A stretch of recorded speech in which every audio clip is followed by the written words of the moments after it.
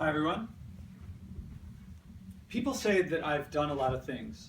I think I've accomplished a lot. I think of myself as just a regular guy, but I'll say without pride or shame, but just as point of fact of some things that I've done. I got the PhD in physics. I helped put a satellite into space.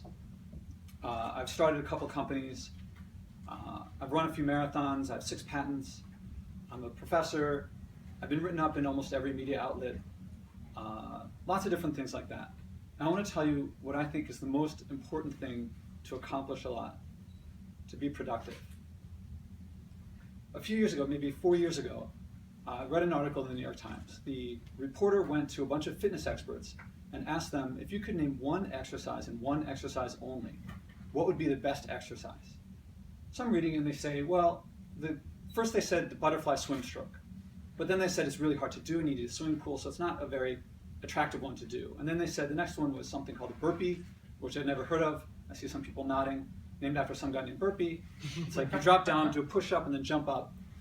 And they said that's a really great exercise, it works your whole body. But who would really do just burpees? So then they eventually settled on walking as being the most effective exercise because it's very accessible. So I didn't think much of it, but then a little while later, I'm having drinks with a friend of mine, and I tell him about this article.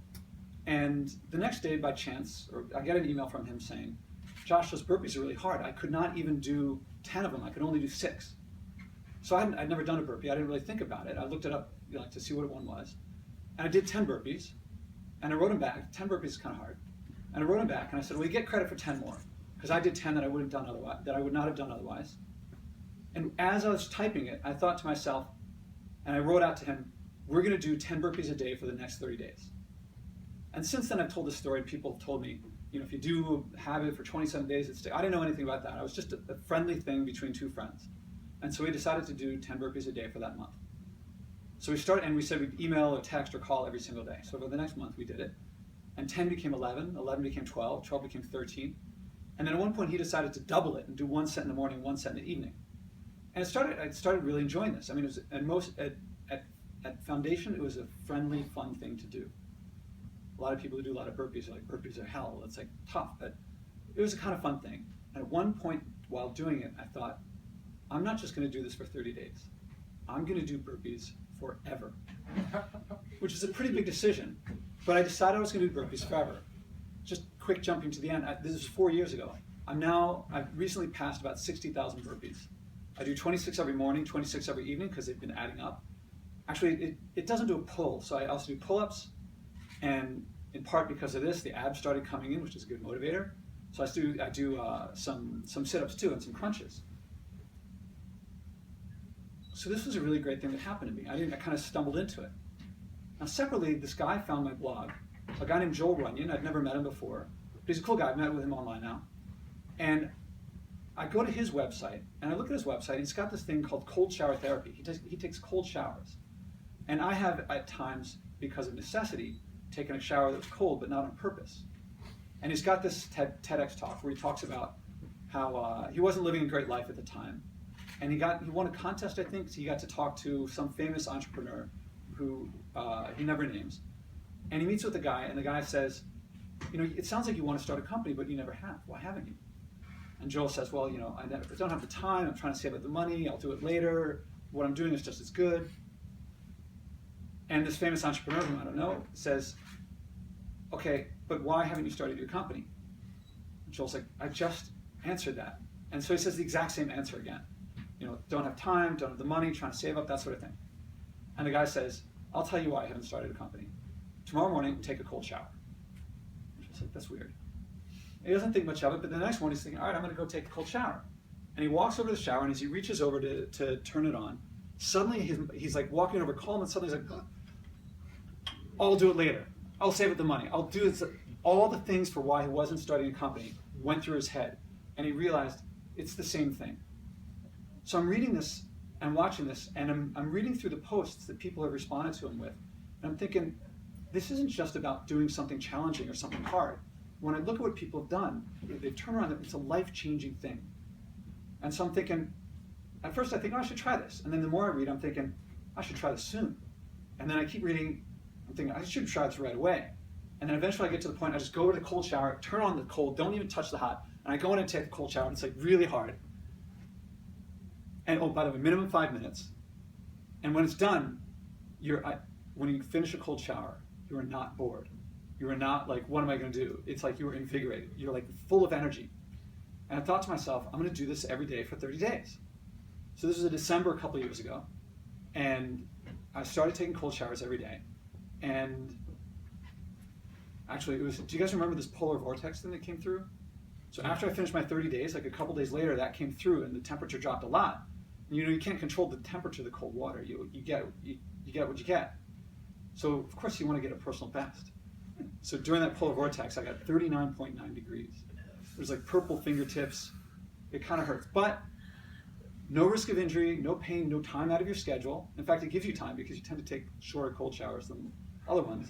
And it's just what you're going to do anyway. You just don't touch that knob. You just touch the one on the left.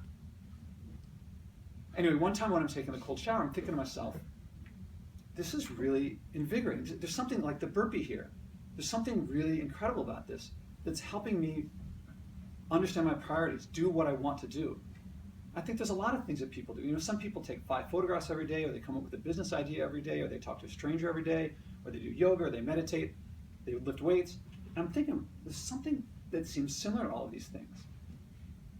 Why is someone who lifts weights every day, how are they like someone who meditates every day? It looks very different, but I think if you got them together, they'd have something in common. And what I put together was that all of these things, there's no scientific proof, just what I've put together is that they seem self-imposed. If you're going to lose your partner because if you don't go to your job, that doesn't count. Something you choose to do daily, or at least regularly. Challenging. Reading doesn't count for me. It has to be something hard. Healthy. So like smoking cigarettes doesn't count. It has to be something that it makes your life better in some way. And active, something that you're physically actively doing. Meditation, I think, counts. You're sitting still, but it's hard to do.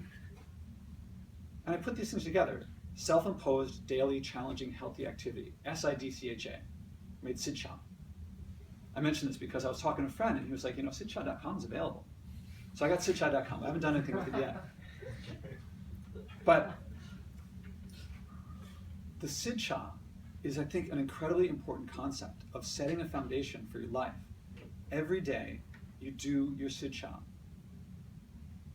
And if you do that, it sets a foundation below which one day I was coming home on the subway. I was really unhappy.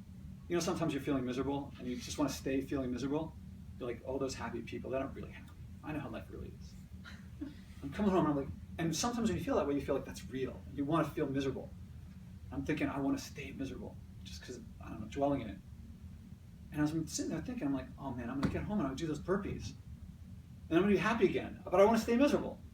So I get home and I'm like, well, I'm not going to let a little misery get in the way of my burpees. So I get home, I'm miserable, I do the burpees, and I'm fine. I'm kind of feeling like, damn it, I lost the misery, but it's like I didn't want it. I didn't want to get happy, but I did get happy. And that's something that happens when you have a Sidcha. It's like, if things go bad in life, see, I do them twice a day, so I never have more than 12 hours that things could possibly get bad before it rebounds and things are fine again. And it always works. I haven't done this study, but I would put any money down that if we found a bunch of people and measured who were successful by their own standards, and we asked them how successful they were, and checked for correlation with some sort of thing in their life that's a Sidcha, I bet the correlation is very high. And I mentioned there's a lot of different things that a lot of people do that are kind of Sidcha related.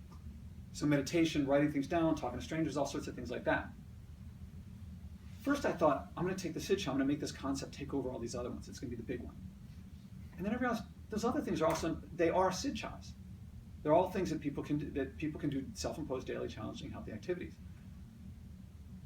I felt like there's something different between the concept of Sidcha and those. And finally I realized those things, I thought I had something better, but it's not that a Sidcha is a better concept. I think it's more all-inclusive, but really it's that there's a lot of advice out there to say, meditate every day, do yoga every day, lift weights every day. You guys have all heard these sorts of things, and it feels to me like when they suggest to you, do this thing, if you're already doing something else, you feel like, well, I got to drop that, and you end up going back and forth between lots of different things. You end up blowing in the breeze. I think the value of the Sid Cha is that it says if you're doing something that's self-imposed, daily, challenging, healthy, and active, then when someone says to you, well, you should also do this, you can say to them, well, no thanks, I already got a Sid Cha. I don't have to do that one. You can if you want. You can switch over and do another one. But as long as you're doing something that's self-imposed, daily, challenging, healthy, and active, then you're always going to have that foundation on which you can build everything else. So while I recommend burpees, and I recommend cold showers, now I do them once every 4 days. So daily, fourth daily. So tomorrow's the 24th, 6 times 4, yeah. So tomorrow I have to take a cold shower. But I recommend finding something, making sure it's a Sid Cha, and keeping with it. And then if anyone says, well, you should also do this other thing, if it's better than one you have, you can switch, but you don't have to. And keep that as a foundation for being more productive. Thank you.